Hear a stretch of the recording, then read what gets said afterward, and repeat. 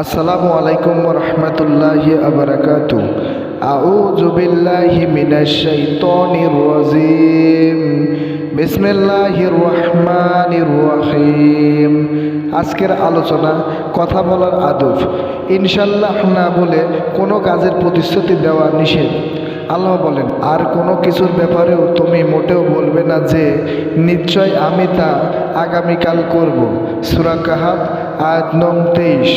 কথা বলার সময় মুখ ঘুরিয়ে অহংকার করে কথা বলা নিষেধ।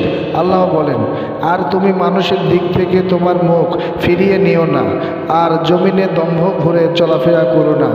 নিশ্চয় আল্লাহ কোনো দাম্ভিক ও অহংকারকারীকে পছন্দ করেন না। সূরা লোকমান আয়াত নং 18।